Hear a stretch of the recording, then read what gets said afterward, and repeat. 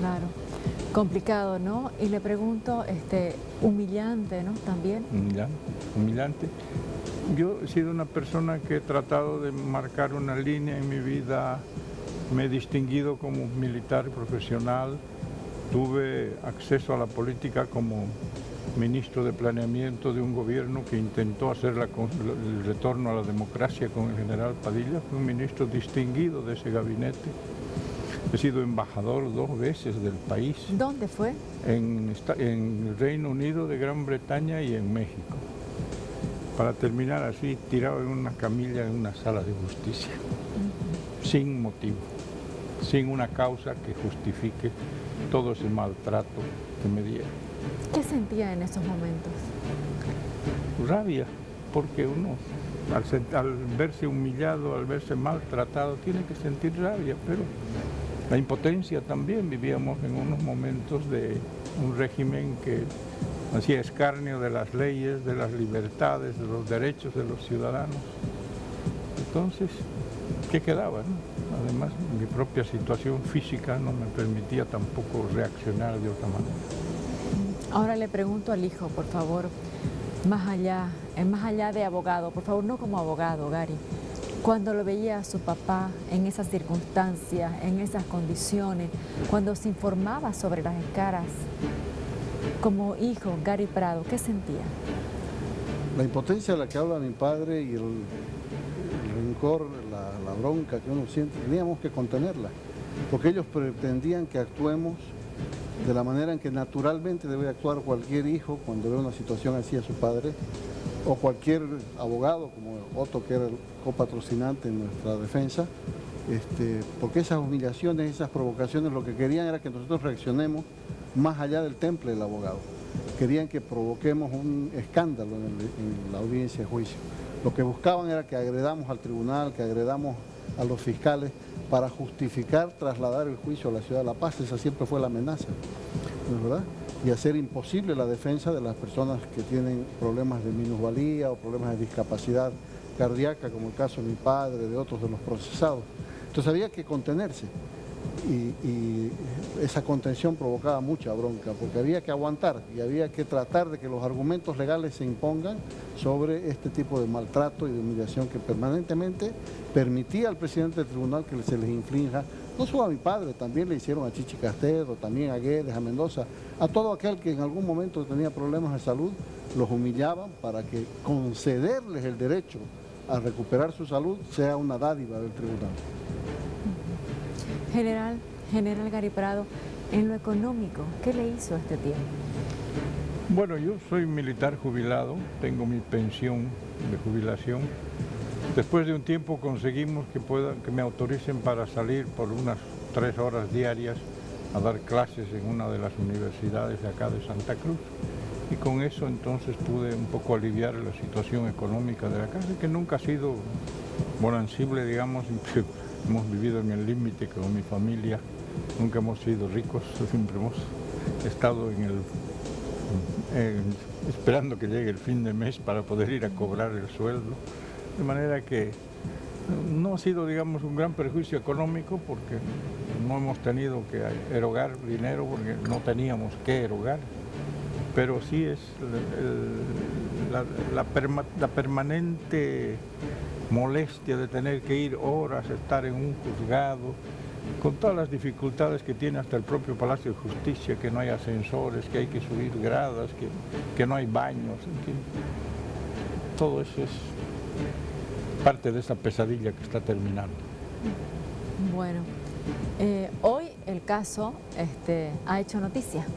El caso de terrorismo, un caso tan largo, hoy hizo noticias porque renunció una jueza ciudadana. Dice, me cansé de ser presionada, amenazada, controlada y manipulada. Y hoy también se ha presentado una denuncia en contra de ministros del anterior gobierno, del gobierno de Evo Morales, por malversación de recursos. A ver, ¿en qué caso? Gary, por favor, ¿en cómo se malversaron los recursos? Puntualmente, el Ministerio de Gobierno, de manera ilegal, desde el mes de octubre del año 2012 hasta octubre del año 2019, durante 7 años, utilizó recursos de esa cartera de Estado para pagar los pasajes y los viáticos de las jueces ciudadanas de este proceso. Ese es un gasto ilegal, porque quien debiera haber pagado los gastos es el Consejo de la Magistratura de la Ciudad de La Paz. Ese consejo les ha pagado a los jueces técnicos y a los secretarios del tribunal todos los viajes que han hecho a esta ciudad. 2 viajes por mes durante 7 años de juicio. En el caso de las ciudadanas, ilegalmente el Ministerio de Gobierno era el que hacía el pago. Y no lo hacía amparado en ninguna resolución ministerial, no lo hacían amparado en ningún decreto supremo, lo hacían con recursos negros, recursos ilegalmente malversados, destinados a cualquier otro gasto que tuviera el Ministerio, los desviaban para hacer este pago. ¿Cuál era el objetivo? ¿Está comprobado que eran recursos del Ministerio? Sí, está comprobado. Está comprobado y hoy en la denuncia le hemos dado... No, es difícil cuantificar porque no siempre fue el mismo monto de viáticos a las juezas ciudadanas. Cuando ellas sean llamadas a declarar, darán específicamente los montos que recibían cada semana que venían. Pero sí se pagaban los pasajes. Los pasajes, sí. Los ¿Y pasajes, se tenía que pagar hotel? ¿Se quedaban a dormir en algunos casos? Bueno, durante todo el tiempo se les ha pagado un viático. Entiendo que empezó con 1.500 bolivianos semanales y después 2.000 bolivianos semanales. Pero entiendo que hasta doble aguinaldo se les ha pagado de manera absolutamente arbitraria durante los años en que se autorizaba el doble aguinaldo. Expliquemos una palabra, por favor, para que lo entiendan todos, ¿ya? ¿Qué significa malversación? Malversación significa dar uso a un recurso financiero de una cartera de Estado, como en este caso el Ministerio de Gobierno, un uso indebido, destinarlo a otra partida de gasto para la que no estaba autorizado. Vamos a suponer que el Ministerio tiene para pasajes y viáticos de sus funcionarios un monto. No puede utilizarlos en pasajes y viáticos de jueces ciudadanos porque no son del órgano ejecutivo, porque no son del Ministerio de Gobierno. Yo recuerdo un caso, se le hizo un juicio a Rubén Costa, me acuerdo, por usar dinero para el referéndum autonómico, ¿no? Para el del 2004. Pero ahí había resoluciones de la Asamblea Pero la figura vendría a ser parecida, o sea, la acusación era, ¿se gastó para una cosa lo que era para otra? No, porque el órgano que en este caso legisla en la gobernación, que es la Asamblea Legislativa Departamental, autorizó el cambio de partidas para que se genere. Digo, la acusación que se hacía, ¿era de malversación también? Claro, puede que lo hayan acusado de malversación, pero no se pudo probar y creo que finalmente fue exonerado de responsabilidad. Sin sustento, pero era de malversación. Claro. Pero destinar recursos que están destinados para una cosa a otra, distinta, sin autorización de nadie, eso es malversar. Y eso hicieron 3 ministros de gobierno durante los últimos 7 años de la gestión. ¿Cuáles son los 3 ministros? Carlos Romero, lo sucedió Hugo Moldis, lo sucedió Jorge Pérez y nuevamente Carlos Romero como ministro de gobierno en los últimos 4 años. Porque eran recursos que salían de ese ministerio, es decir, además recursos negros, Jimena. El problema es que ni siquiera hay una resolución administrativa que lo respalde, porque no puede haberla. Porque el Ministerio de Gobierno no puede pagarle a un juez ciudadano de ningún tribunal de Bolivia pasajes y viáticos. Eso está absolutamente prohibido. Solamente lo puede hacer el órgano judicial. Con un detalle más, el Ministerio de Gobierno era el coacusador, o ¿cómo se llama? Claro, era el acusador particular. Acusador particular. Entonces, el acusador particular les paga pasajes y viáticos a los jueces. Que deberían ser terceros imparciales. Claro. No, eso ya también es otra cosa ilegal, totalmente ilegal. Y esa era la motivación, controlar a las jueces ciudadanas a través de los recursos que se les pagaban. En el oficio que hoy ha presentado la juez al tribunal, dice que se le instruía votar como dicen los que te pagan. Los de arriba han dicho que votes así. Esas eran las instrucciones que le daba el presidente del tribunal a esta juez. Entonces está claro que se utilizaron los recursos para coaccionar el voto, para que voten en línea, dice ella. O sea, todos votamos igual. Y la vez que ella se le salía del molde, provocaba que le llamen la atención. En más de una ocasión la señora Sonia Mamani se salió del molde, votó como ella quiso y fue motivo de llamadas de atención, inclusive denuncia a un funcionario del Ministerio de Gobierno de haberla llamado a una reunión particular para recriminarla por su voto. ¿Esto lo había denunciado antes?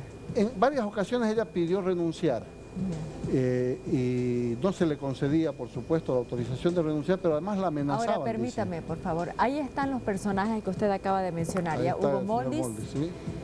que en este momento creo que es refugiado, ¿no? En la Embajada de Venezuela, sí. Carlos Romero ahora, vamos a poner su imagen. Desaparecido. Que nadie sabe su Y paradero. también, ¿ah? Nadie sabe su paradero. Desaparecido. Sí, y también dice Jorge Pérez, ¿no? Jorge Pérez Valenzuela. Sí. Jorge Pérez, ¿dónde está? ¿Sabe? Acá en Santa Cruz es abogado en el ejercicio de la profesión.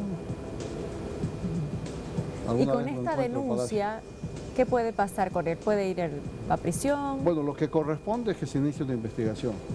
El Ministerio Público ha recibido hoy nuestra denuncia, mañana deberán de derivarla, si es que reúnen los requisitos formales, a un fiscal de materia anticorrupción, y ese fiscal dará aviso a un juez de que está iniciando la investigación y tendrá que iniciar con las actividades investigativas. ¿Cuáles son? Citar a los denunciantes para que ampliemos la denuncia, el doctor Ritter en persona. Luego, citar a las personas denunciadas, citar a los testigos que hemos ofrecido. Requerir al Ministerio de Gobierno que informe, al Consejo de la Magistratura que informe, a BOA que informe, porque todas las semanas se venían en vuelos de BOA a la jueza ciudadana. ¿Cuáles son los plazos procesales, por favor, para ver cuánto 20 puede durar? días para la investigación preliminar. En y Bolivia, a hasta- ver, uno se asusta, ¿no?, con el tema, ¿no? Sí. Porque hay unos plazos, pero hay juicios que han durado 10 años, 12 años, o sea, Ilegalmente. y los plazos creo que no deberían pasar de 180 días. 3 años para todo el proceso, pero inicialmente 20 días para la investigación preliminar, hasta 60 días ampliables a 80 en casos de investigaciones como esta, que es compleja y que tiene múltiples acusados, y luego 6 meses para presentar una acusación formal. Y de ahí en adelante, antes de los 3 años debe haber sentencia. Bien, voy a leer un mensaje. Alguien que los conoce a ustedes. Un feliz 2020 llenos de bendiciones para la familia Prado, en especial a padre e hijo. Les desea a la familia Stifler paz. Muy amable. Bueno, General Gary Prado, ¿qué busca usted a esta altura de su vida? Por favor, justicia. Usted dice en algún momento sintió rabia, venganza. ¿Qué quiere decirle a la gente que lo está viendo ahora? No, lo que yo deseo es vivir los años que a uno le quedan, porque estoy con buena cantidad de años encima ya. Vivir con tranquilidad, poder disfrutar de la familia, de los amigos, poder realizar algunas cosas. Sigo escribiendo, voy a publicar nuevos libros. ¿Usted en estos año. últimos 8 años no podía viajar? ¿Viajar al exterior, por ejemplo? Ni a Cotoca. Ni a Cotoca. Estaba prohibido de salir de ¿No ha la ciudad de ido Santa ni a Cruz. Cotoca? Una vez me he escapado a Cotoca, confieso, llevando a mis nietos para que visiten a la Virgencita, mis nietos que vinieron de Cochabamba. Pero por decirle. Pero no le avise al juez Un porque paseo a capaz La que- Paz, un paseo a Cochabamba, un paseo a Tarija. A ninguna parte. Al exterior menos aún. Tiene arraigo. Estoy con arraigo. Y en cuanto se levante ese arraigo, ¿qué quiere hacer? ¿Quiere viajar? Quisiera poder viajar. Tengo mi hija mayor, Cecilia, que vive con su familia, su esposo, sus hijos en Estados Unidos. Tal vez echarle una visita allá algún momento. Son esas cosas simples, pero disfrutar de la familia, de los amigos. Seguir dando clases en la universidad, es una cosa que me gusta, disfruto verdaderamente de estar con los jóvenes, de enseñar a los jóvenes. Las ¿Qué cosas. materia da? En el área de relaciones internacionales tengo varias materias, geopolítica, historias. Ahora, Gary, hijo, ¿qué le ha hecho a la carrera de abogado, por favor, de Gary Prado, hijo? Me hizo Este abogado. caso. Yo no era abogado cuando comenzó esta tramoya. Fui imputado antes que papá en el caso de terrorismo. Fui también reducido a una detención domiciliaria por otra juez que estaba antes a cargo de la investigación. Y ahí fue que activé mi graduación como abogado, di mi tesis, me presenté en calidad de imputado por terrorismo, presenté mi tesis, la rendí, me gradué con 100 puntos sobre los 100 y a partir de ahí empecé a ejercer prácticamente sin conocimientos, ¿no? Porque había dejado Como dicen, durante... ¿no, Gary? Hasta lo malo tiene su lado Hay bueno. que sacarle el lado positivo. Yo aprendí esta profesión que no tenía interés en llevarla adelante, aprendí a ejercerla y soy prácticamente el único abogado que está en el proceso desde el principio hasta el día de hoy. Algunos colegas han tenido que salir, ya no vienen, etcétera, pero yo estoy todas las audiencias ahí. Y Además, eso me ha muchos dado... de los acusados han tenido que dejar a sus abogados iniciales por temas económicos, ¿no? Claro, porque los abogados que contrataron eran de La Paz y traerlos para todas las semanas de audiencia era un costo muy alto Entonces yo he asumido el patrocinio de muchos de ellos en esa condición, por un tema de solidaridad, por un tema de respaldo a ellos, porque todos son inocentes, esto es una tramoya, esto nunca fue un verdadero caso penal, esto fue un montaje judicial hecho Ahora, por el lo gobierno. escuchábamos nosotros a Zvonko Matkovic decir a él que no quiere un indulto, porque un indulto significa reconocer que algo se hizo mal y que se obtuvo un perdón. Y no se ha hecho nada malo, decía él aquí en No Mentirás, no queremos un indulto. ¿Pueden explicar, por favor, esa posición? Hace poco, al comenzar el gobierno actual, se preocuparon de ver estas cosas y prepararon un proyecto de un decreto de amnistía, ¿no? Y en el cual nos ponían a nosotros, a los integrantes del grupo irregular de Rosa, nos iban a amnistiar. Oiga, ya nos estaban haciendo parte de una cosa, está tan mal redactado este decreto que lo rechazamos, por supuesto. Además que no nos pueden dar amnistía ni perdonarnos algo que no hemos hecho. Hemos sido siempre inocentes y hemos mantenido nuestra inocencia a lo largo de 10 años que ha durado todo este proceso. Entonces, ¿cómo vamos a estar aceptando ahora que nos perdonen algo? Esa posición, ¿cuántos quedamos? 14, somos 14. Los 14 que quedamos ahí, son los señores. Aquí, o sea, anula este juicio o se lo declara extinguido ya por tiempo y materia, etcétera, y nos dejan en paz. Pero no nos pidan que aceptemos perdón. ¿Y habrá un papel que va a decir que son inocentes? Son inocentes. Vamos. Pero se necesita un documento o algo para que quede escrito, para que si tienen que salir del país no los paren en migración o cosas así. No, por supuesto que una vez que se extingue la causa, los arraigos y todas estas medidas como los 10.000 millones de bolivianos que le han retenido a Zvonko en las cuentas de banco, todo eso se levanta, ¿no es verdad? Y las personas recuperan su libertad absoluta y plena. Pero necesitamos una extinción de la acción penal. Hay bastantes vías que se pueden operar. Una de ellas es el retiro de las acusaciones. Si retira su acusación el Ministerio de Gobierno, si retira su acusación el Ministerio Público, se extingue la causa y ellos son absueltos de cualquier responsabilidad. Eso es lo que estamos buscando. ¿Cuánto tiempo puede tomar? El día jueves, que tenemos señalada audiencia, es posible que se desintegre el tribunal. Como ya no tiene quórum por la renuncia a la juez ciudadana, desintegrado el tribunal, lo que corresponde es pasar esta causa a otro tribunal, reiniciar el juicio, y ahí es donde podemos plantear la extinción de la acción penal, o si se retiran las acusaciones, también se extingue la acción penal. Porque no creo que quieran comenzar de nuevo el juicio otros 10 años más, ¿no? Sería ya el colmo. Bueno, General Gary Prado, le agradezco a usted de manera especial, porque gracias. Ahora que dice que se quita la mordaza, así es, se dio la tarea de venir aquí a No Mentirás, a atender nuestra invitación. Muchísimas gracias. Gracias a usted por la oportunidad. No, siempre le hemos agradecido cuando nos ha atendido en la unidad móvil, ¿no?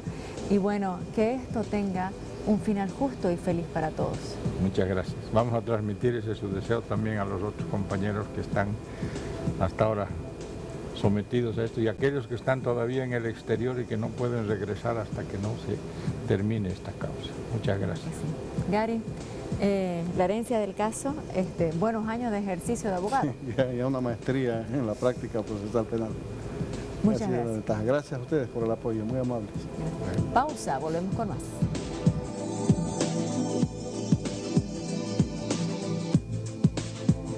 Estás viendo No Mentirás.